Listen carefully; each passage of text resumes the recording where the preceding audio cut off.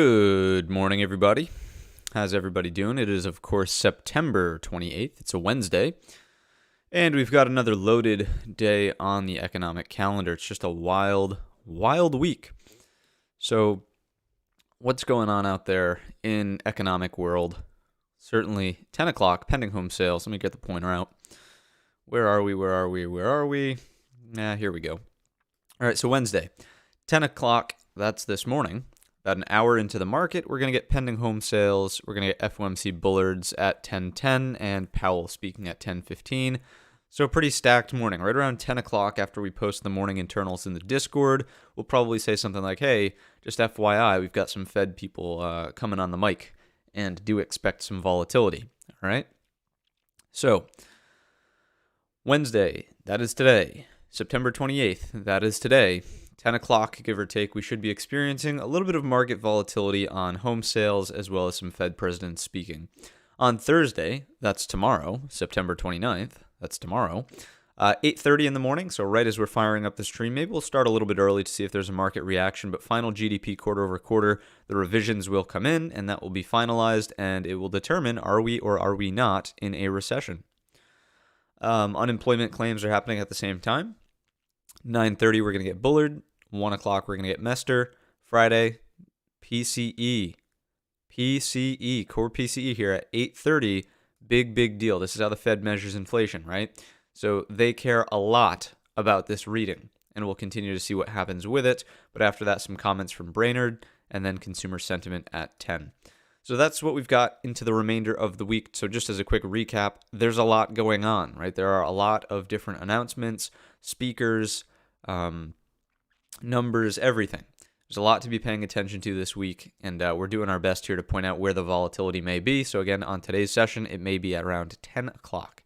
10 o'clock, okay? So that's that. That's all we've got on the, I say all, big air quotes around the word all. That's all we've got on the economic calendar. That is a plateful. What's going on with stock-specific headlines? Anything interesting out there that's worth pointing out? So our big headline of the day, stock futures fall after S&P 500 hits new low for the year. The 10-year Treasury yield briefly tops 4%. Decent job from the CNBC headline writer. That's not incorrect this morning. Futures are down slightly. The S&P 500 did hit a new low underneath the June low, and the 10-year did indeed top 4%. So they got that one right. We'll give them the benefit of the doubt today. After that, Bank of England intervenes in the bond market after massive sell-off. Mortgage refinancing drops to a 22-year low as interest rates surge even higher. That makes sense. I mean, they put out these big headlines. They use, words like surge and drops to a 22-year low. I mean, what do you expect? No one's going to go out and refinance in the face of higher rates, so that doesn't really strike me as that important of a headline, but whatever. Anyways, underneath, Hurricane Ian just shy of Category 5 as it nears Florida. For anyone who was tuning in to Vincent's stream this morning, I always like to poke around, see what the other streamers are up to, support them, hit the like button, all those things.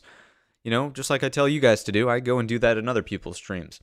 So Ian is the hurricane, but Vincent's stream cut out about halfway through. I guess he lost power, so wishing Vincent the best. Anyone else who's in Florida, anyone else who is in the path of the hurricane, who has already experienced the hurricane, again, I can't really say I know what it's like. We don't have that here in New England, but I do wish you the best. So hopefully everybody is prepared and can make it out the other end unscathed. Anyways, my best wishes to you guys. After that, what else is here? Stock-specific stuff. The Russian gas pipeline that blew up, right? I don't want to get into the politics, the conspiracies, the who did it, but this picture was just kind of unbelievable to look at when you understand the scale of how large that image is, right? Stocks making the biggest moves pre-market: Biogen, Thor, Lyft. What else do we have here? The Fed does not want to tip the U.S. economy into a downturn, but they unintentionally are. What else? Figma deal brings new users to open source challenger Penpot, which just raised $8 million. Okay, interesting. So Adobe trying to sort of Grim Reaper Figma, right? Take over and possibly kill it and convert people to XD. XD is Adobe's version, right? Then everybody just jumped ship to a new to a new challenger. Interesting. So that didn't work out too well. It's a backfire so far. What else? We're looking for stock-specific stuff. Stock-specific stuff. Upgrade to Netflix. Here we go. Atlantic Equities upgrades Netflix, says the ad-supported subscriber tier can boost the stock by 26%. So Netflix, interesting. We also know that there's some decent, I don't want to call it pure relative strength, but it's not anywhere close to the June lows. And of course, we do have earnings cycle gap downs in there. But that's interesting here. So an upgrade to Netflix. Keep that in the back of your mind.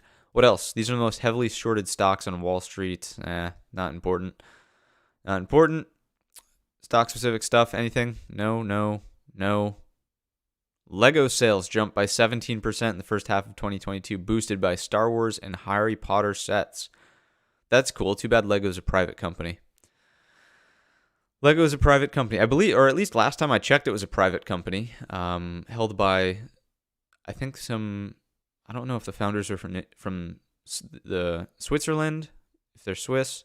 That's what I thought it was. But anyways, I always wanted to invest in Lego because I loved it as a kid and I thought the business model was great. You walk into, again, not my favorite places anymore, but you used to walk into a toy store or a Walmart or a Target, and Lego had like one of the largest displays, right? They had the really fancy build-ups in the glass. They were plexiglass tanks, and you could press the little try me button and you see the Legos move, and you can program the robotics and whatnot. So Danish? Okay, thanks for the clarification there. Danish. But anyways, I always thought the company was private, so I don't know why it's being listed here other than just overall economic news. But that's it for headlines. Main thing is just that we've got our Netflix upgrade here. Netflix upgrade by Atlantic Equities, and that's really it. Everything else is kind of on par with the expectations, some political stuff, nothing crazy important. So what's going on, at least to stocks? What's going on from an earnings perspective? After the bell yesterday, we got BlackBerry, and that was about the only popcorn name to watch. Before the open today, we're going to get Paychex. That's kind of the only place I could see you looking. And then this Thor was mentioned as a big pre-market mover based on CNBC's interpretation. At the end of the day, nothing crazy going on this week until we get to Micron and Nike, which we've been pointing out for the majority of the live streams here. We talked about it yesterday, Monday, and we're going to talk about it again today. Micron and Nike are where you want to have your focus. Everything else is kind of a smaller mover, not as important. So, with that being said, and with a nice sip of coffee, let's see what we've got going on in the futures. And I totally know that this is off from the bottom, so let's adjust that. There we go. Here we go. Russell, I'm way out of tune. Here we go. ZS 22. All right. We're going to do what we did yesterday, which was start on the higher time frame and work our way down towards the smaller time frame. So this is a 4-hour chart. So I'm going to put up a big 4H in the corner. And before we get into the analysis, we just need to see who's in the chat, say good morning to some folks, and go from there. So scrolling all the way up to the top, K. Pish is up first. I don't know if K. Pish has ever been first in the past, but that's a pretty big milestone. So thank you for kicking us off there. We've got Taylor. We've got Jingwei. Hope I'm saying that right. Is it Jingwei? But we've got Raul, ShamWow, Pete and Repeat, Tunes, Live Better, Cash Crop, Jeff, Mahogany, Beats Official Channel, good morning to you. Crypto Vader, Rug Pull, Fred, Mr. Oso the Bear, of course. Siege is in the building. M. Leonard, good morning to you. We've got Min, Mona Makes Mora, Javier, K, Deuce, Colton, Lawrence, Ross, good morning, sir. We've got Nick, Try Trader. We've got Savior, Father Dan, INF the Based Homie, Alex Dickinson, Rolando, Spicy Maple, that's a cool name. The Real Toto Fan, we've got the Sankofa, Objective Reality, Carrion, Leaf Floating on a Lake, Dark Trader, ML, everybody's here. G Money, Will Hawkford, just calling out some green names here. Yeah, Vince lost some power there. Ty, M Spears, we've got, who else? Crypto Commando, of course. Gregory Rulo, good morning. Have to catch up with you, Gregory, on the one-on-one call there. I'll send you the calendar invite link over Discord. I saw the notification pop up, so I'll take care of that. We've got J Trades, Keaton Rogers, Jerry, Mitchell, Effie, David, TB, Lance. Look for the setup. Everybody's here. So thank you so much, everybody, for tuning in. If this is your first time into the stream, then I appreciate you being here. And I would encourage you to stick around for the entirety of it. We're going to talk through the broad market, then we're going to get into our core list of companies and identify any decent setups for the open here. So with that being said, 4-hour time frame chart. And out of the corner of my eye, I'm currently seeing a pretty snazzy green candle to the upside here. So I don't know if some things came out. I don't know. What was the man? I feel like a mess here because I'm not I am not properly prepared. What was the okay? So it's at 10 o'clock. There's no 8:30 announcement here. I was thinking that we may have missed an 8:30 announcement, but the market does seem to be kind of rallying here just a little bit. All right, we'll get to it when we get to it. 15-minute time frame. But for now, 4 hour. Here we go. Let's stay focused. Let's stay on track. Here we go. So 4 hour time frame. What are the structural elements that we're concerned with? Obviously, this is the June low, this yellow, or not yellow, but this white bar that I've just drawn in. And we have a clear divergence between what's going on in the ES and the NQ. The ES has firmly made the move underneath. We broke down yesterday underneath that low, and we did get a little bit of snapback into the close, but there was some price acceptance underneath. For all intents and purposes, we now have a lower low on the 4 hour charts, right? So if we think about trend, you've got high, lower high, lower high, lower high, lower high, lower high. Now that we have a lower low, we can afford to put in a lower high, meaning we can afford to rally today, and it will still keep the 4 hour downtrend intact. Okay, so even if we do get a rally, we are not out of the woods on the 4 hour trend change. All right, so that is that. The level to the upside that we're pretty concerned with, because it didn't even come close to filling yesterday, there was zero acceptance there, is this zone right here. Not only was it prior support, support in here as well, there's a gap overhead as we get to that level. So that did not fill. There was basically zero acceptance there at the highs yesterday. Terrible display of strength from the buyers, and obviously we moved lower. So knowing that, let's drop it down to an hourly chart and see what else we've got going on. Zooming in on our hourly, what do we have from this perspective? So let's keep the trend count going. You've got your lower highs ultimately, new lower low underneath here, so we can afford a lower high. Anything that's basically underneath the prior high of day keeps us in a bearish trend. Remember that for a little while here, we had neutralized. We had two equal lows, so low, low. We had two equal highs, high and high. Now we have an equal high but a lower low. So the trend is down based on that, right? The trend is down based on that move there. So even if we do rally today, as long as we are underneath the prior high of day, still remains bearish on the hourly trend, okay? Because we will be putting in a lower high. Now, let's just talk about this for a moment. Here was this overhead gap, right? And we were thinking bullish yesterday morning because we were opening up towards the top. We had a very slight move underneath the low here that failed, and we rallied. Well, it didn't work, right? It did not work. Now, you could have made the argument that you should remain bearish in this market. The Fed's not going to save you. You got to short this thing down to zero. And if that was your thesis, this could have worked, right? And I look like the dummy in hindsight, and you look like the genius. But let's just play out the scenario where we did accept and we did find price acceptance above the prior value areas in here that we were talking about, and we ripped, right? That was the scenario that we were trying to prepare for because that's what the charts were telling us. This, I suppose, is just a brief lesson in hindsight bias, okay? So the charts were telling us that morning with the higher lows that there's the possibility if we breach this, that's what we're watching for. The fact that we did not hold the value area here, that was the tell. And we talked about this in the Discord, right? So anyways, don't let hindsight bias cloud your vision. The proper thought yesterday morning was for the long until it was proven otherwise on this large red bar right here. Obviously, when that happens, it's off the table, and we were scouting the lows, right? So anyways, going forward for today's session, the reason I bring that up is to say, okay, look at what continues to happen here. Are the sellers really making significant progress underneath the lows on the hourly time frame chart? Are the sellers making significant progress underneath the lows on the hourly time frame chart? So here's the range. Was it like we saw a significant amount of acceptance underneath the lows yesterday? Was all of the day's activity contained down here? Not really. Not really. I mean, don't get me wrong, there was some action there, but it's not like the sellers took it and closed it weak on the lows and extended the range to the downside. For a break of a 2-day balance range, given all of the market volatility, I'm not really all that impressed with the move from the sellers. Now, again, I don't say this to be overly bullish. I would say that naturally I do have a tendency to be more bullish than bearish. That's something that I've recognized in myself, and I try to be as neutral and objective about the market as possible. But again, in thinking about what's happening here, you have two equal lows. You breach those lows. Why is it that the market is currently trying to find acceptance back above those lows? When you break this, when you break a range, you should be expanding to the downside. So why are the sellers not having it going on down here? Why is the market able to push back inside of this range? And I'm asking those as rhetorical questions, right? I'm not saying, go find me the answer. What's Powell going to say? What is the Fed doing, right? I don't literally want the answer. I'm just saying this is what I'm thinking about from a relative strength, relative weakness perspective, kind of what's going on with the buyers and sellers. I'm not getting the sense that the sellers are taking it and running with it. There was no... Sure, this was the nasty bar. You can see on the hourly that this is the ugliest, largest ranged red bar on the day, but that's completely contained within this range.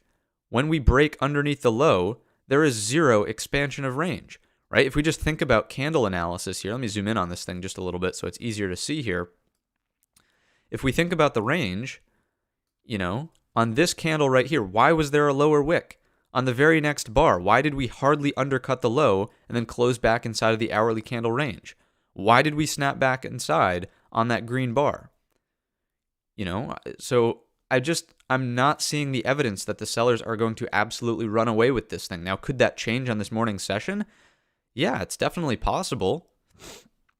It's definitely possible. I'm not saying that that we can't do that, but there appears to be more buyers than sellers at this area. And Gregory Rouleau just brought up a fantastic point. Fantastic point, right? What do we know about the weekly time frame chart? What do we know about the weekly time frame chart? I pointed this out in the Sunday video. I'm going to go up to a weekly chart here very quickly. And I guess we got to do it on the SPY because, that's not going to happen on the ES with limited price action. But what do we know about the weekly chart? We know that the 200 SMA is right underneath us. Are shorts finally starting to understand, okay, we've been extended for 1, 2, coming into now 3 weeks in a row. We probably shouldn't press the bet into this 200 SMA on the weekly. It's a possibility. It's not a guarantee, but it is a possibility.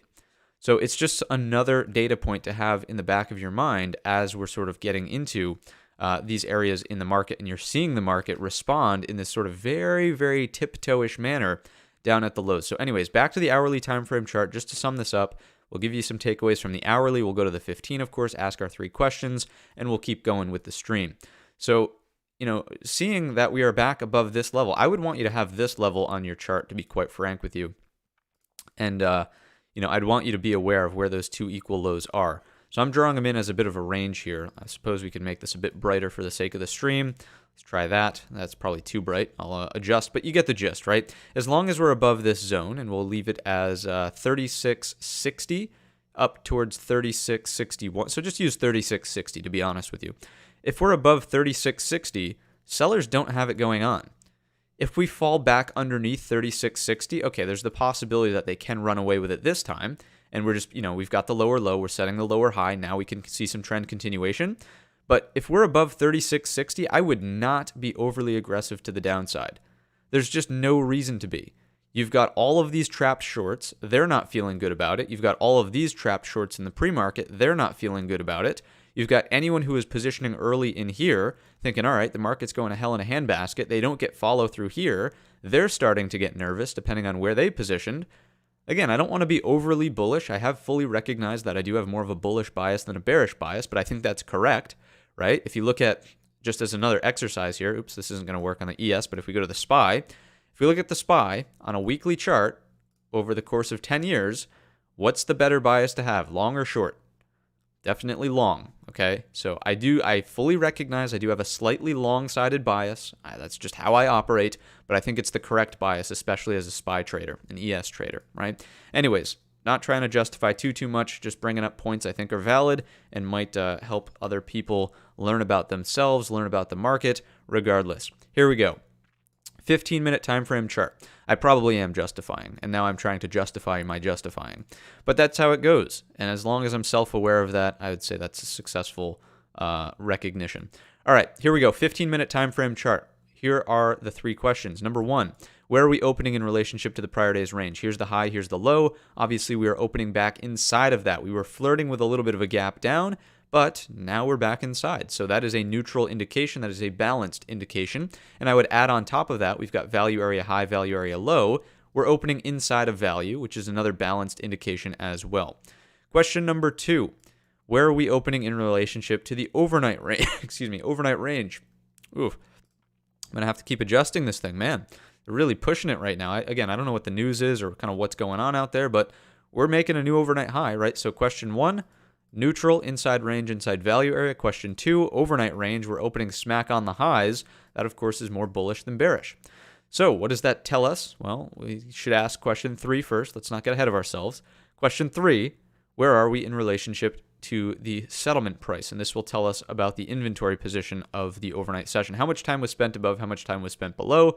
Certainly more time spent below, but as we're getting this push here, we are neutralizing just a little bit. So I would say something like maybe 55% net short, and it's equalizing as we're talking. It's getting closer to 50-50.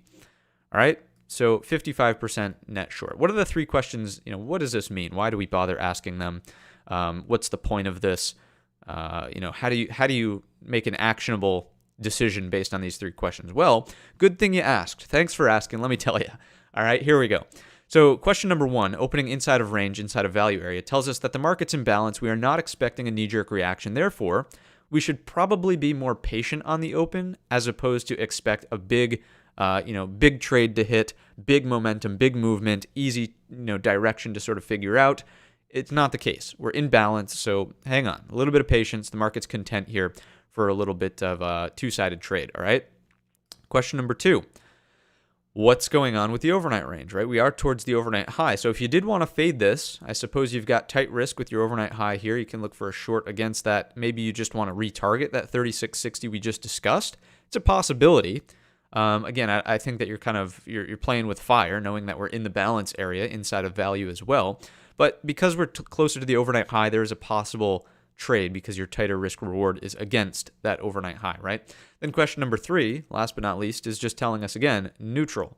There's no major imbalance that needs to correct on the open, so we shouldn't look for a knee-jerk reaction. All of that's to say, what are we watching for here? What are the trade setups to employ on a morning like this? Well, here we go.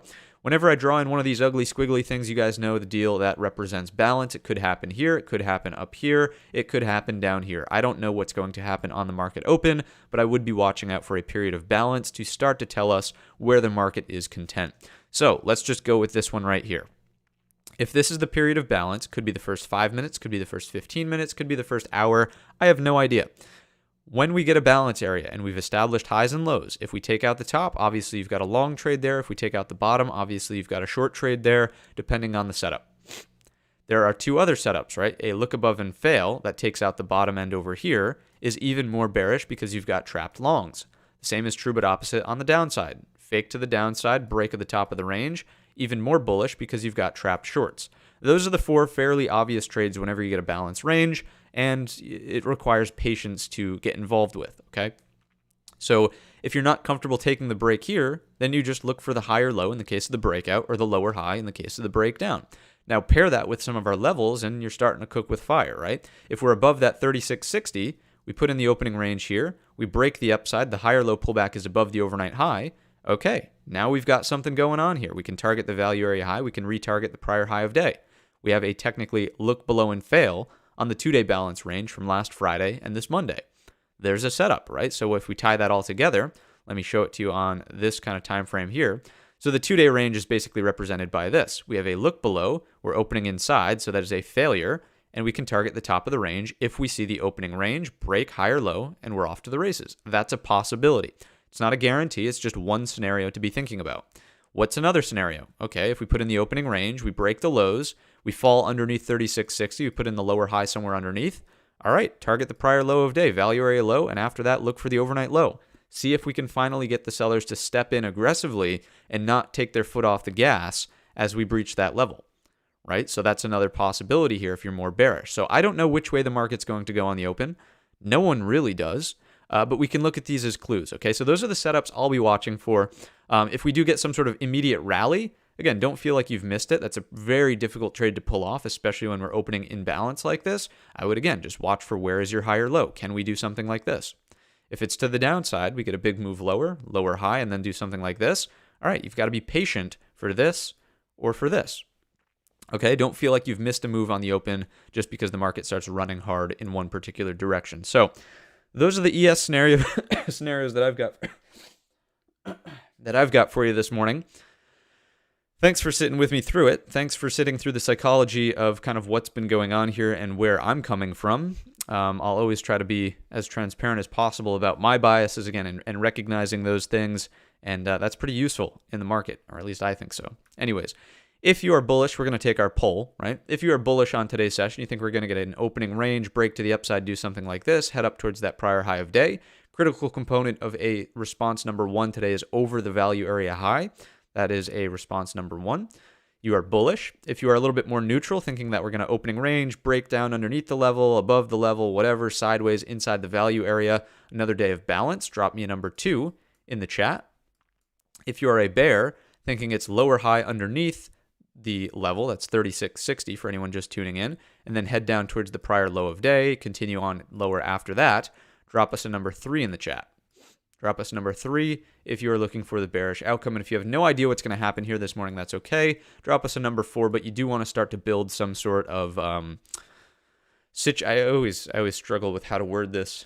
You want to have a bias in terms of situation, not a bias in terms of direction, but you should be thinking, okay, this is what the pre-market's telling us. I would prefer to see this scenario unfold. And if it unfolds, that's what you act on, right? That's what we're polling here in the early morning. So with that being said, I'm going to fire up the official YouTube poll. I'm going to talk to myself as I always do, and we'll go from there. So what do you think? Question marks.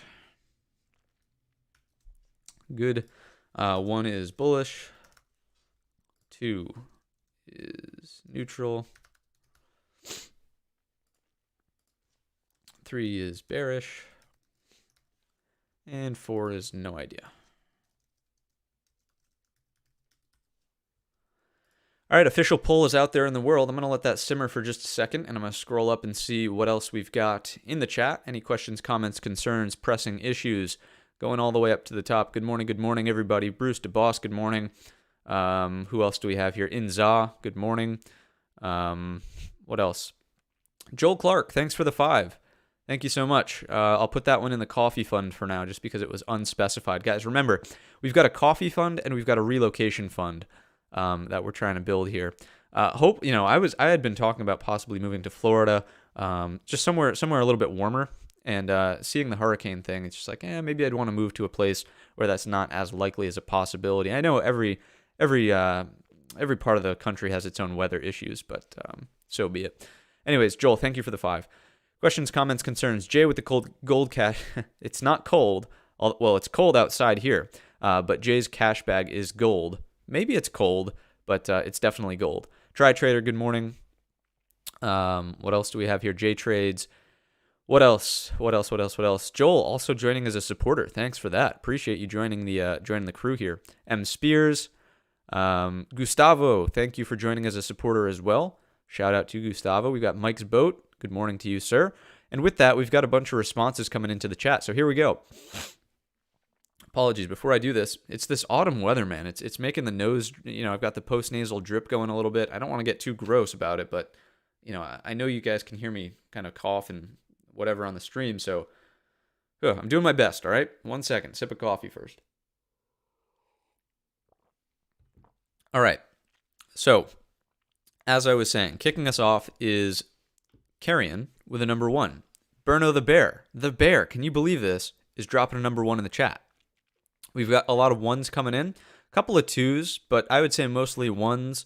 Mr. Oso is our straight up number 3, first one, which makes sense because he's Mr. Bear in Spanish, of course. We're a big flex on that Spanish knowledge, right?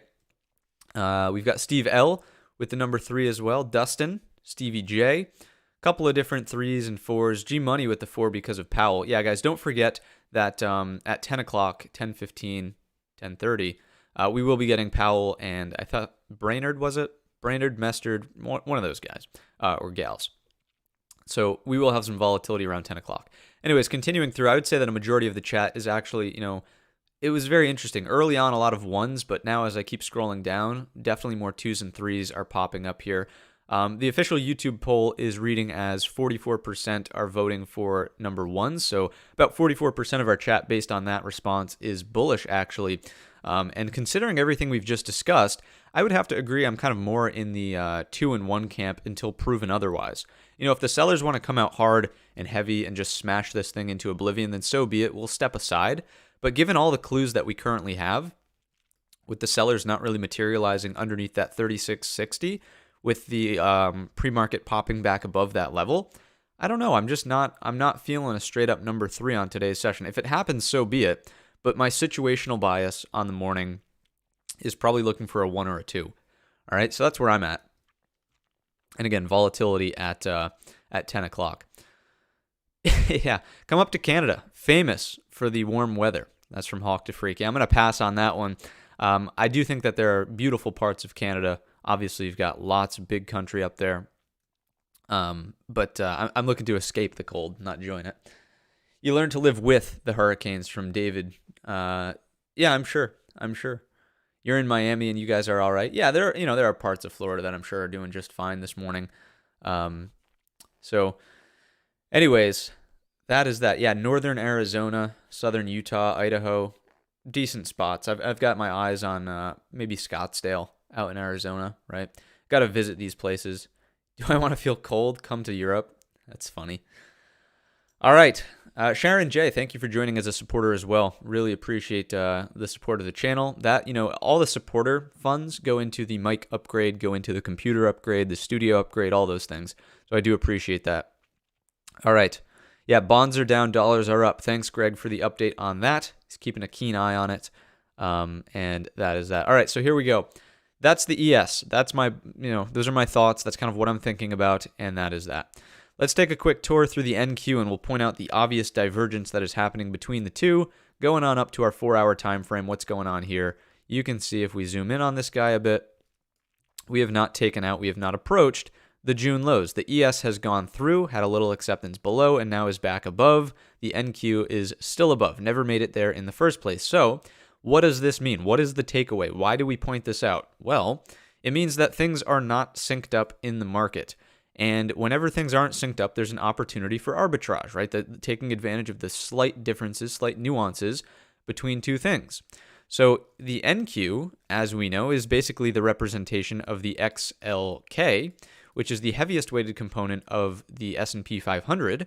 So if we can see a little bit of reprieve in energy, healthcare, if we can see some reprieve in utilities, financials as well, then I would imagine that there's a decent snapback that can take place in the ES, because we already know that there's relative strength in the names where it matters and where there's the most weight. Now, it's not a guarantee that the market must move higher because there's a divergence. It's just one of these things that you keep in the back of your mind, okay? So that's the higher time frame divergence that we wanted to point out. What do we have in terms of structure and levels here on the 4-hour? This is kind of a zone, right? Prior support, flipped to choppy resistance there. For a while, there was clean resistance underneath. We popped above, fell immediately back down underneath, and just bear in mind that that's almost in line with the overnight high. The next level above, though, is kind of this zone up here, which is our easier to identify resistance and rejection point on the 4-hour, which is the prior high of day, basically. There was zero acceptance on that little uptrend that we were building. We talked about that pre-market, so let's drop it down to the hourly and talk about these things up close and personal here. So hourly chart now. We know the 4 hours bearish. The trend was down, obviously. In the hourly, we were starting to watch, okay, we've got lows, higher lows. In yesterday's pre-market session, we were opening above that higher low right at the prior high. As soon as we did this and made the new higher high, that confirms this and says, okay, we are still in an uptrend. So until this was violated, or we put in a lower high, which happened in the post-market, right, we were technically in an uptrend in the NQ. So to see this fall apart like that is, I suppose, yes, for anyone who's trading the higher time frames is like, this market's bearish, it's going to zero. In hindsight, you look like a hero. We had a breakdown of the trend line, you got paid a little bit, but now look at where we're at. We're right back to even, okay? So I would point out from the divergence perspective, here are some of the lows that you want to be paying attention to. This is this low. We're opening back above that. That's not a great sign for the sellers. Here's the low from last Friday. We're obviously opening back above that, and we supported at it on yesterday's low of day, right? So that's not great for sellers as well. The only sellers who are content right now are the sellers who shorted this thing up at the highs because they're saying, oh, the market's going to fall apart. It's got to go to zero. They were not watching the trend line, whatever. So the only sellers who are content are those folks up here. Knowing that, again, why is the market not accelerating underneath these lows? Why is the market seeing some snapback? Could we be starting to put in a lower high on the hourly? It's possible. It's possible, and we do have the lower low happening here in the pre-market. So, let's not count our chips before we've earned them. So I guess what I'm getting at is the trend can possibly change to the downside as long as we open here and remain lower than yesterday's high. We've got the lower low. As long as we remain underneath that high, downtrend kind of in effect. So in saying that, let's drop it to the 15 and talk about the nuance of what's taking place pre-market. Here we go. 3 questions. Number 1, inside the prior day's range, inside the value area. So that's a balanced neutral indication for the open. Patience will pay you well. Question 2, what's going on from the overnight perspective? Unlike the ES, this did not make a new push to overnight highs here on this most recent leg up, which is, interesting. Anyways, what does that tell us? Kind of more towards the midpoint of the overnight range, maybe lower edge of the upper third. It's just not quite as bullish, right? The risk reward for a fade here is not optimal. So we'll put an X there. And question number 3, as we know, overnight inventory is basically, actually in the NQs, much more net short. Very little time spent above, majority of the time underneath, and we're still underneath technically, but we are neutralizing.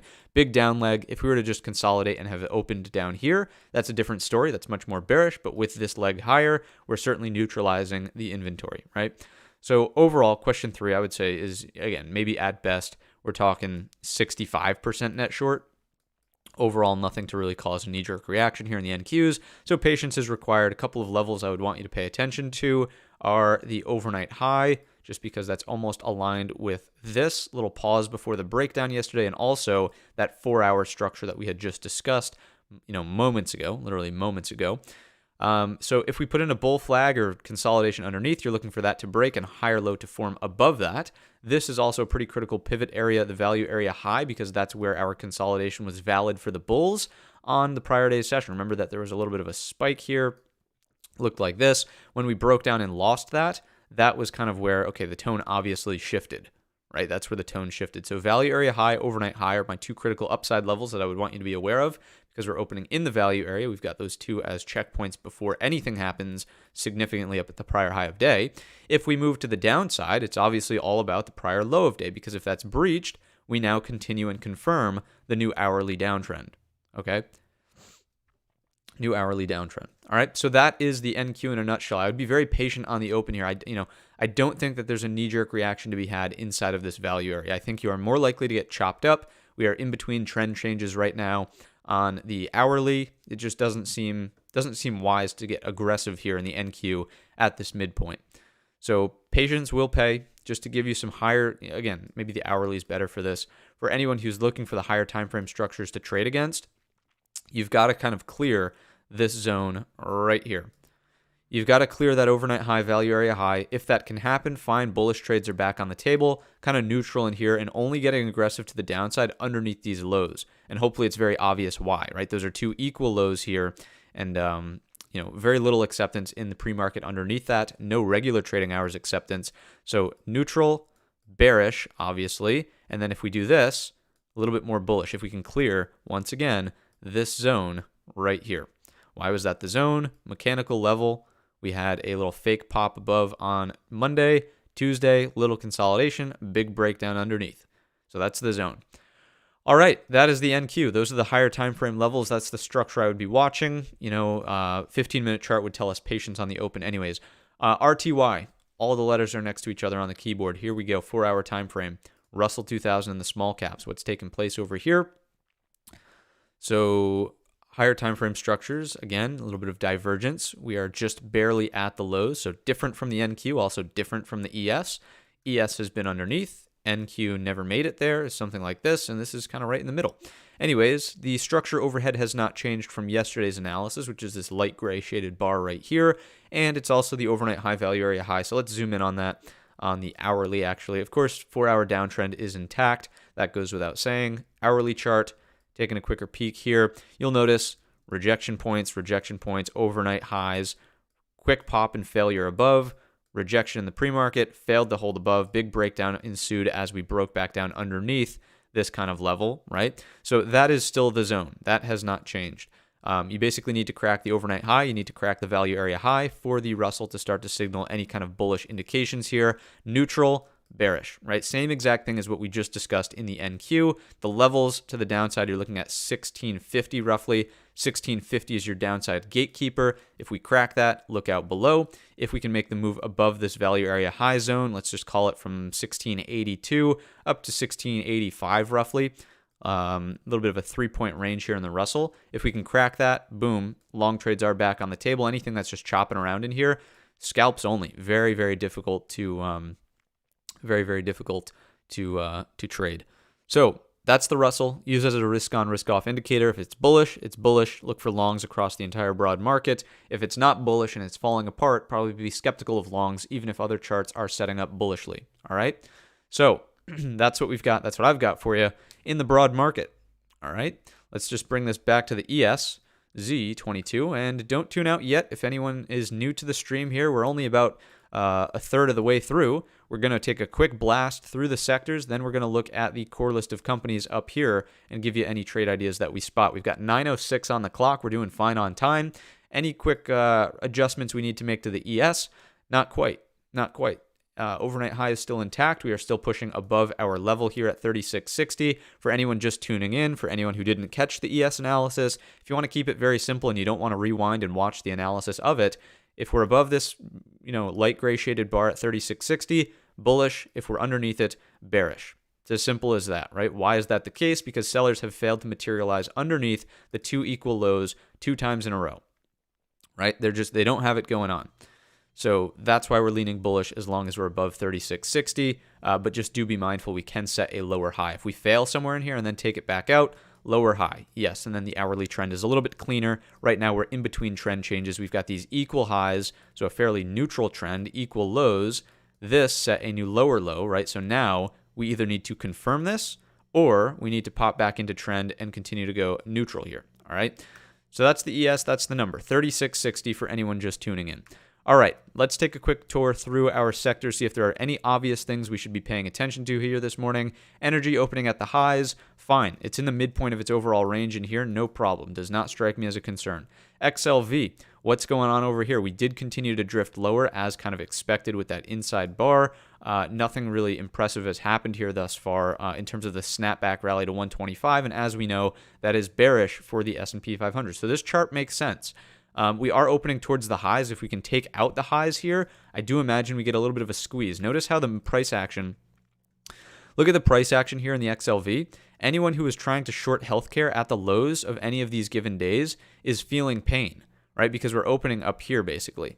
So, as this thing just made tiny incremental lower lows and people are getting more and more short, as soon as we get a day like today opening towards the top, more and more people are getting hurt, right? So boom, if that happens today or maybe tomorrow into the close of business this week, might be the back test of 125. Not saying it has to happen that way, but I would just be mindful of that as we're opening towards the highs as opposed to down towards the lows. Shorts are feeling the pain, not the longs. Next up, we've got the XLB. Materials sector, nothing crazy going on here inside the 3-day balance range. XLY, playing catch up, right? Finally underneath its breakout point, but really holding for a 3-day balance, opening inside the midpoint, so nothing crazy to do in the XLY. I would not read into that too much. XLK, how are we doing over here? So this was actually flirting with a larger gap down and has made it back to even inside the 3-day range. We did take out the June lows. We have not closed beneath those June lows, but nonetheless, this does strike me as fairly interesting because obviously this is divergent from what we just talked about in the ES as a whole. So knowing that we've got a 3-day balance, knowing that the sellers, not really have it going on underneath the low from here, because we're gapping underneath the level, I would say as long as we hold up underneath that, okay, bears are actually making a stand here. Probably you're not looking for a major move in the ES, right? So if the XLV squeezes over the high, but the XLK is stuck underneath 122.65, then you're probably going to get an S&P that's sideways and choppy. So be mindful of that definitely as you start trading this morning. XLF, how are we faring in this name, in this sector? A little bit more downside follow through, which is better than what we saw in the XLV. We're opening inside the midpoint, maybe the lower third-ish of the prior day's range. Underneath all of these lows, no doubt about that. So a little bit more of a bearish tone in the XLF. It doesn't not as close as the XLV to gapping up over these highs and putting the pain on for shorts. So a little bit more neutral in the XLF to slightly bearish based on location. So pair that with your XLK being weak as well. And now we're starting to see, based on a sector perspective, that the ES may actually just want to kind of hang out sideways here and not give us a whole lot, which is fine because we're in the value area. But you need to carry forward on the higher time frames that if this just accepts at these lower prices from here, then we're building out the lower high, which is bearish for the trend overall. And in the pre-market now, we're actually flirting with our zone. So a little bit of volatility. We will check back in closer to the, let's go with like a 925. We'll check back in on that. But for now, a little bit more bearish than we were as we were above that level. Anyways, back on over to the sectors to round it out. XLI is up next. What's going on in the industrial world? Taking a peek here inside, above the gap, not as bearish. I would be more neutral in the XLI. We tested into the gap with this lower wick, and we snapped back above. We're opening above, so more neutral in the XLI. Communications continues to fall off of a cliff. Nothing to do here. Not an advocate for new money shorts. Patience. Next up, XLP. XLP, big bearish day yesterday, actually. And if you were watching the CL, not crude oil, but CL is in Colgate palm oil. Colgate palm oil. That one's always a tongue twister. There's a V in there. Anyways, CL was on the watch list from our Sunday video. That had a beautiful breakdown on yesterday's session. So hopefully someone caught it. Anyways, XLP looks bearish, right? Big bearish engulfing bar, opening down towards the lows, underneath the level. No arguing with that. That is bearish. XLRE, closing weak at the lows, gap down that has now recovered slightly, but still opening at the lows of that 2-day balance, basically. That is also bearish. There's no questions about that, right? A break of 36 gets you down to the overnight low. What else do we have here? XLU for utilities. Utes falling off of a cliff. Again, this is actually more of a comfortable look for the S&P 500, but bearish pressure is still bearish pressure for your S&Ps. So don't get overly aggressive thinking that, okay, this is good for the S&Ps, right? No, it's still technically bearish pressure. All right, those are the sectors. Hopefully that wasn't too much, but very important to point out the divergences between the XLV, K, and F. All right, SPY, what are the equivalent numbers here in the SPY? Obviously, you're going to watch your overnight high sort of zone up here. So 365 would be the number I use. If we're underneath 365, it's a little bit more bearish. If we're above 365, it's a little bit more bullish. I suppose if you want the exact level that we were discussing in the ES itself, we'll grab another day here and we'll give you that number. 3 days. There we go. So you want to watch this, which is 363.30. 363.35, we're flirting with it right now. If we're above that, bullish. If we're below that, bearish. All right, that's how I would watch this, especially just knowing here's a balance range. You can see it clear as day. We've got equal highs, equal highs, equal highs. We know this. We just talked about it on the ES, right? If we look below and fail, target should technically be the top of the range over time. So that's what I'm thinking about here on this morning session. And if we're underneath that level, all right, sellers, prove yourselves. Do something interesting.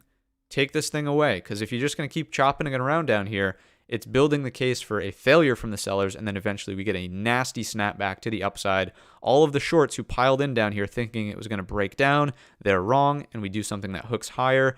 It's going to hurt a lot of people. So one step at a time. Again, we might break down. There's nothing saying we can't break down, but the sellers so far have not proven themselves. That's the SPY. Next up, we've got the QQQ. Same thing. Remember the divergence that we just pointed out in the NQ? Here is your sort of balance range. It's a little bit sloppier. We did technically have a bit more of an uptrend in the QQQ here. We failed that. Look at the beautiful backtest of the trend line. Happened in the post-market, so not really that important, but nonetheless, technical things are not accidents, right? So where are we opening? Right at the bottom edge of kind of what's acceptable. As long as we're above 273.25, fine. Bulls have the possibility to rally it back higher. If we drop that level, a little bit more bearish. So again, your pivot in the Qs, 273.25. That's what I would pay attention to here. Next up, we've got IWM Russell 2000, the small caps. What's going on in small cap land? And hopefully you guys can withstand the 50 shades of gray on the right-hand side. It's just the expected move box. Anyways, A little bit more of a downtrend, right? We can clearly see a downtrend channel here in IWM. Looks likely that we're just going to put in a lower high and drift lower. This has been playing catch up, so we'll see if it breaches those June lows and syncs up with the ES, which is, it's more likely to do that than find a friend with the NQ, I would say, right? This is probably going to follow and mirror the ES more closely than it ever would the QQQ.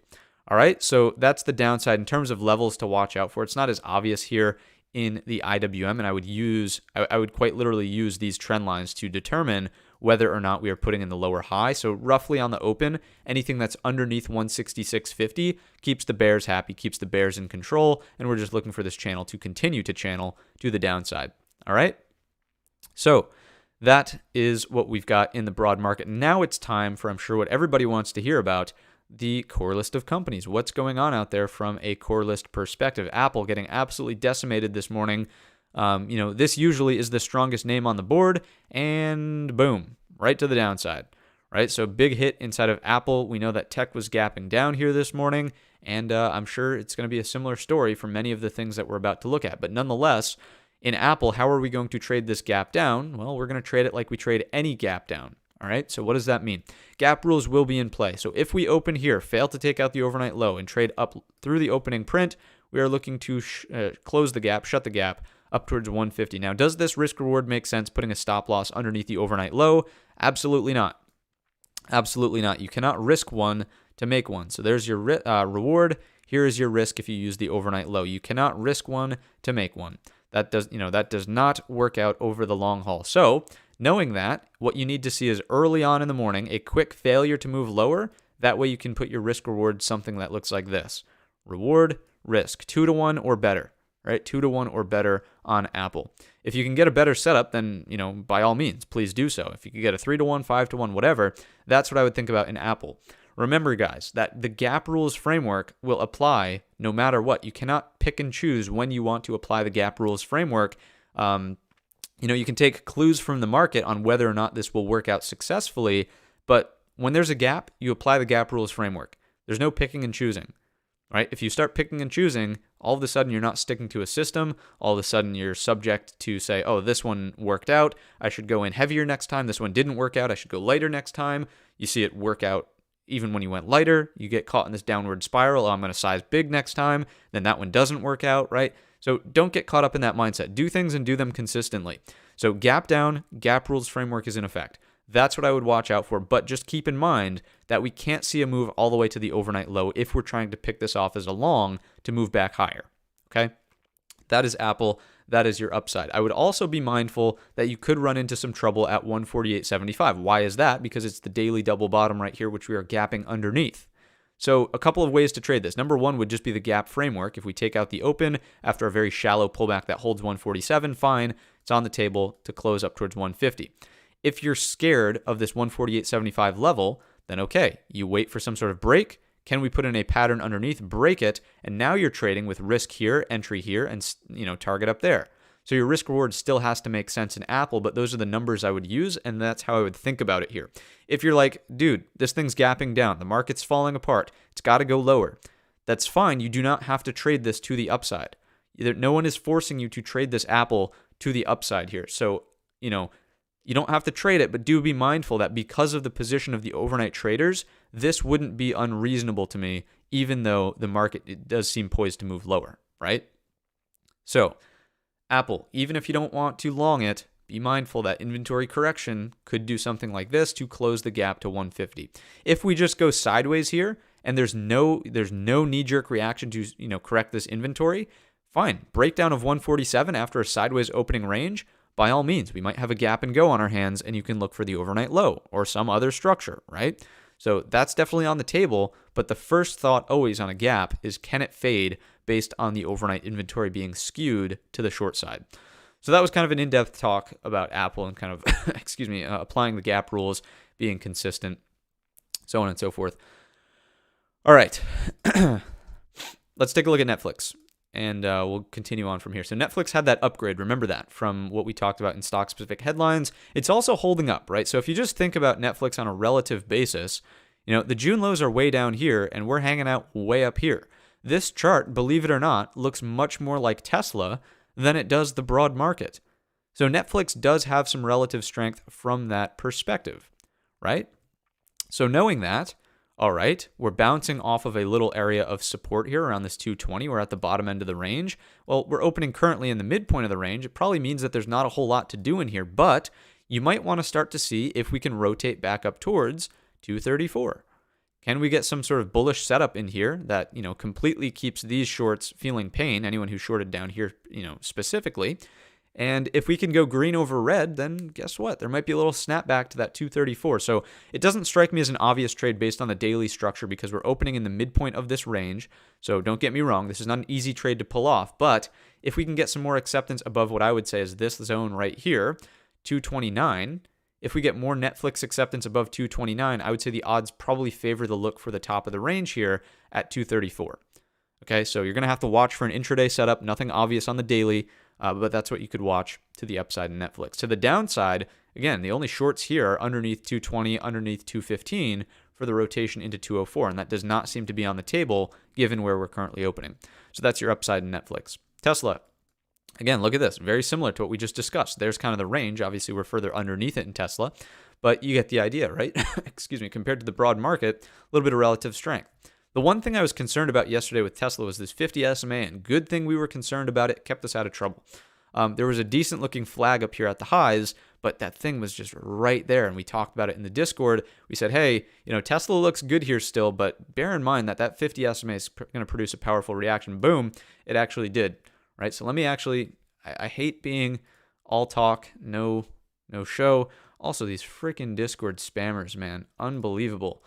I don't know what it is about these Asian Discord, Telegram, whatevers that keep jumping in here and saying, join us, whatever. It's like, no, cut it out. So here we go. Tesla. There's the power of that daily 50 SMA, not a fan of the price action, too sideways, and not cooperating. Okay? So if you want to get messages like this, my thoughts on the market, join the Discord. It's completely free and it's linked over here. Only reason I bring that up is because, again, we can see that unfolding quite literally to the tick on the Tesla daily time frame. So can we get back to it today is the question. Can we get some price acceptance back above 287.50 is the name of the game. We're opening in chop land, in chop zone. In here, there's nothing to do. There's nothing to do in Tesla in between these two levels. With the doji that we saw yesterday, we're, opening right towards the settlement. I don't like, nothing obvious would strike me here on the open in Tesla.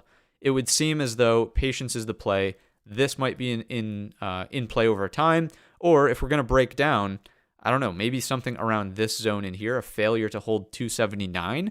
But this chart is very ugly based on what's going on the daily, right? The inverted hammer would have signaled, okay, lower. Now we've got this consolidation doji that never tested the lows. We're rejecting the 50 SMA. Very, very tough chart to pick out and point out the analysis of right now. So anyways, that's Tesla. Next up is Google. So just as a takeaway, I would probably stay away from Tesla, right? This morning doesn't seem like an easy trade to pull off. Google, big gap down, at one point it was, making the rally or the rotation back up towards the prior low of day. Again, I would think about this from the context of we had this multi-day balance. We started to break down underneath it. Can we get some more follow through here? The sellers need to prove themselves underneath this low. If they can't do it, then guess what? The buyers are going to look at this as a look below and fail and start to retarget the top of the range. So in Google, I would watch for some upside if we start to see the broad market respond favorably to that 3660 level that we pointed out in the ES. Okay, so favorable outcomes of 3660 in the ES. Look for Google to rotate to the top of this 3-day balance range on the daily time frame, which is 9960. Okay, so let's just call it a 2-point range to the upside. Getting pretty hairy here in Google, just with the ranges we're dealing with. Remember when this thing was priced in the thousands? Yeah. No longer are the days of 10-point rips in a matter of 15 minutes, right? Those days are gone. So we can reminisce about them, but for now, Google, $2. That's what we're looking for on the upside here if we can get some acceptance and hold 97.50 on the open. Next up is Meta. What's going on in Meta? So we've got a big drop, consolidation, opening inside of that, right? Meta is just a tough chart, guys. This chart is kind of ugly on the daily time frame. We're just breaching the prior day's lows, and we're getting a little bit of follow through. I I'm just going to still be an advocate for this is pretty sloppy. I would not touch it. So boom, boom. I would stay away from this chart. There's nothing really too attractive about this. Obviously, we're firmly underneath the range lows. We're getting some serious extension. Is there the possibility for a dead cat bounce? Yes, but the daily bars would not suggest that anytime soon. So because of that, I'm not seeing anything obvious to do in Meta. I wouldn't touch this one on the open. NVIDIA, this is a little bit better because we've got a clean 3-day balance. Right there it is. And we're opening in the midpoint of that. So overall, you're just patient. 127 on your upside and breaches of 122 on your downside get interesting. Anything that's in the middle is just choppy. Nothing to really do from a hey, day trade this, day trade that perspective. 2 and 5 minute patterns, fine, whatever. But on the higher time frames, the structure would say 126.75 and 122. All right, so patience inside of NVIDIA, nothing to do there. Next up is Microsoft. Another decent looking little balance range here. I would sort of echo my sentiments of failure from the sellers to move lower underneath this low, underneath this low. Didn't happen. Now we're gapping above this consolidation well, it's not really a true gap, but we're moving above this consolidation in the pre-market. So look below and fail. It's on the table just like Google. 241.25 starts to become the target if we can hold and put in a bullish pattern here at 236.25. All right, so anything that holds in this general area and rotates back higher, game on. That's what we're looking for. 241.25, top of the balance range, retested these highs. If we break down, it's got to be firm acceptance at this point underneath 235. So if we don't hold this and we go boom, fine. Maybe there's a breakdown trade to the overnight low underneath 235. That's Microsoft. And the daily time frame chart does look fine to interact with. Last but not least, Amazon, the mini beast. What's going on here? 3-day range, kind of, a little bit sloppier. We did not undercut the low from in here. We're also holding it in the pre-market. So that strikes me as interesting, but we're in the midpoint of this choppiness. I would say use this right here as a bit of a pivot, which is 115. If we're below 115, a little bit more of a bearish slant. If we're above 115, a little bit more of a bullish slant. But being in the midpoint of a given range, pretty tough to pick out, hey, do this on the open, do this on the open, right? So that's last but not least. That is the mini beast. That's all we've got for you on this morning's stream. That's really going to do it. So I appreciate everybody tuning in. Anyone who's new to the stream, thank you for joining us. In the ES, any updates we can bring you here? Yeah, we're back above that 3660.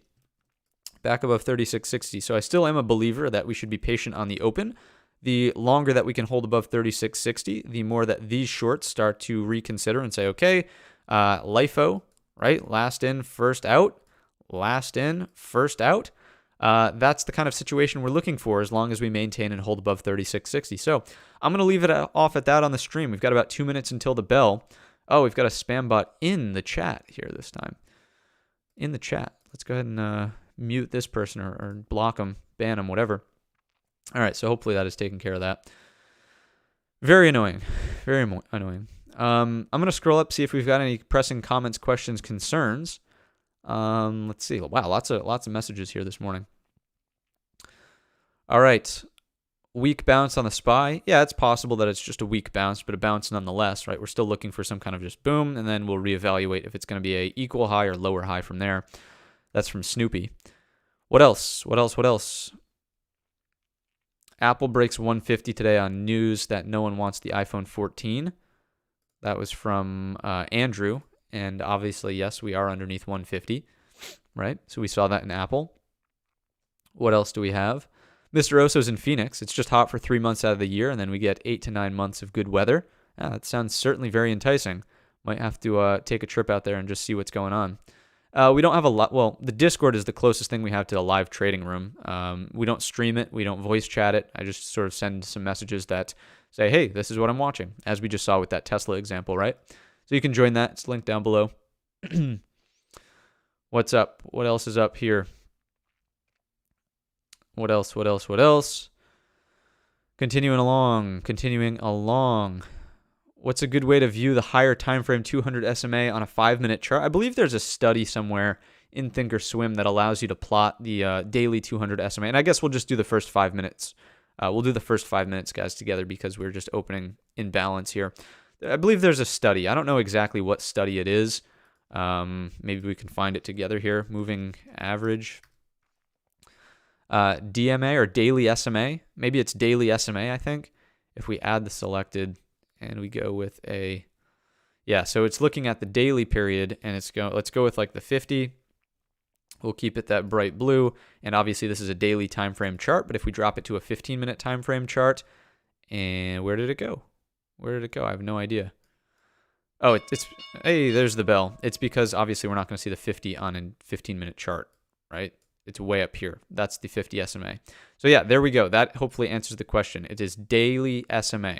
All right, use that as the study. Okay, Apple gap fill is kind of off to the races. See that initial little pullback to one, didn't even get going, but now we're squeezing to the upside. It's not a guarantee, but that's basically what I was warning people about. Don't just short Apple on the open because it's gapping down. ES, let's drop this to our 15-minute time frame. Start taking inventory of all the different things we watch. ES. So far, a little bit of a move lower. Trying to test that 3660. 3660, remember that's the level that we want to see hold if we are to remain bullish on today's session. So far, so good. That's right where the selling pressure has stopped. Also, ironically, well, this stuff is never ironic, right? Everything in the market is intentional. That's right where this last overnight peak was. Let's go ahead and drop this up to the internals dashboard. So we've got bullish breaths here, which is great.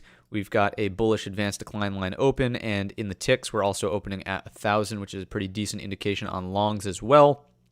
So far, so good. You could treat this as a bit of a bull flag. I don't really like to look into pre-market activity as such, but overall, I would just say we're accepting above that 3660 thus far on decent looking internals, which is a bullish indication. Now, there's no obvious trade yet based on this. We're just kind of getting acceptance first, and if we can put in that opening range that then breaches, and as long as it's above that 3660, good to go. Another possible solution to this trade setup here this morning would be a quick snap underneath that then closes back above. Again, what would that tell us about the market? Sellers are absolutely failing underneath that low. So far, so good in the ES. Let's take a quick tour through our core list here. Let's go to the 5. Let's let that load for a moment. All right, so back on the SPY, let's go Apple. So just kind of neutralizing after that little tiny pop to the upside. Nothing crazy there in Apple. Netflix, bullish as we talked about over that 229. So that's looking decent so far. For anyone looking, your target is 234. If we can hold this as a hammer, take out the high. It's kind of a trade there. Tesla, what's going on in Tessie? Again, not much going on here. Choppy, neutral, would stay far away from that one. Google, possibility for the bullish trade as long as we hold up over this 97, let's call it 97.50, right? As long as we're above 97.50 in Google, watching for a bullish pattern here, rotate to the top of the range. Meta, we talked about this one being gross on the daily. Sure, it could get a dead cat bounce, but I don't like, nothing here is striking me as like, oh, this is the setup we should watch for. Nvidia, inside the balance range, nothing to do here yet. Remember, it's got to be just a clean break. 127 on your upside and 122 on the downside. So just hanging out here does not strike me as anything obvious to do. Microsoft, and not holding, so far not holding that 236.25. Now, it's only been, 3 minutes into the day, so this could easily suck back up and close as a 5-minute hammer, something that looks like this. We'll see. But so far, getting a little bit more price acceptance underneath the level. Amazon, last but not least, the mini beast, checking back in over here. Yeah, remember, we're using that 115 as kind of an arbiter of price. So far, more acceptance underneath, just a little bit more bearish than bullish. Let's take a quick peek back at our ES. How we making out over here? So the buyers do appear to be responding off of the level. But to what degree ultimately are we going to possibly get a long trade is the issue, right? Just doing this and bobbing around doesn't trigger any kind of long trade, right? As a matter of fact, it's just buyers, I don't want to say wasting bullets, but using bullets up to defend this level. And if buyers run out of bullets, then we know the deal. There's probably going to be a little bit of a flush into this prior low of day. Right? So there we go, kind of getting a little bit more price acceptance underneath it now. Notice that your breaths have completely neutralized your divergent at 1-to-1 parity reads. That's not, whenever you get that, you're not looking for massive moves in the market. Advanced decline lines trickling a little bit lower towards the zero line. Ticks are coming into zero for a quote-unquote reset as well. So, this should make sense. This open should not be all that confusing to anybody. This is exactly what we talk about when we say patience on the open. We're inside the value area. We're getting conflicting signals, right? We talked about some reasons why it might be a long. Breaths over here have, gone neutral. So, hey, that's probably not telling us, that but the market's ready to see a 50-point rip to the upside, advanced decline lines coming in, so all of this stuff should make sense based on what we've discussed thus far. And this is, again, why patience is required on the open. So we're going to let that continue to settle out. We were coming up on the first 5-minute close, so let's see what we've got for candles out there. Apple, complete rollover, so the gap didn't really hold up very much, obviously. And now we are not holding that 147.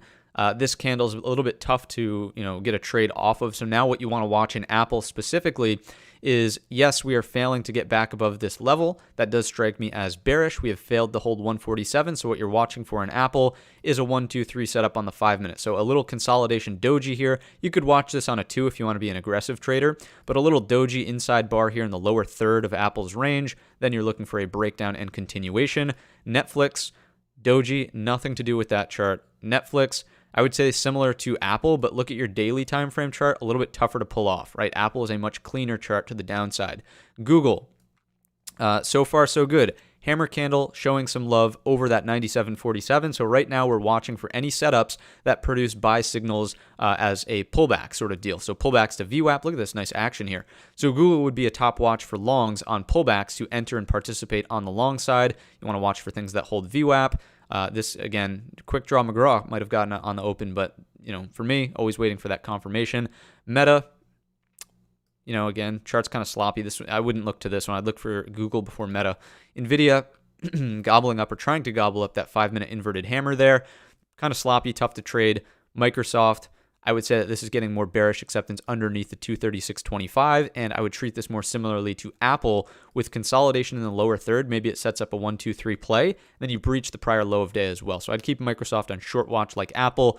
Google is looking like the best oversold long, and Amazon last but not least. If we can clear 115 with a buy setup over here, so now we're putting in a green bar to the upside. Next 5-minute bar wants to be a doji, some sort of consolidation, some kind of flag in the upper third. Maybe it happens on a 2-minute chart, and then a breach of this level gets interesting to the upside. So how's the broad market faring? Still holding on to the level here. Breaths are back in sync, and that is your first 5 minutes. So thank you guys for tuning in. Hopefully that was insightful. I would say that buyers definitely trying here. Definitely trying, but we need the confirmation, right? We need the opening range and a break out of the overnight high to kind of get interested in this to the upside, or some more obvious buy setup, right? With Apple potentially threatening a downside move here on the 1, 2, 3, that's obviously going to be big bearish drag for your market moving lower, and the ES will probably struggle to have a big breakout to the upside. So that's going to wrap it up. Thank you guys for tuning into the stream. If you're not in the Discord already, join the Discord. It's completely free and linked right here. And with that being said, I wish you all a green trading day.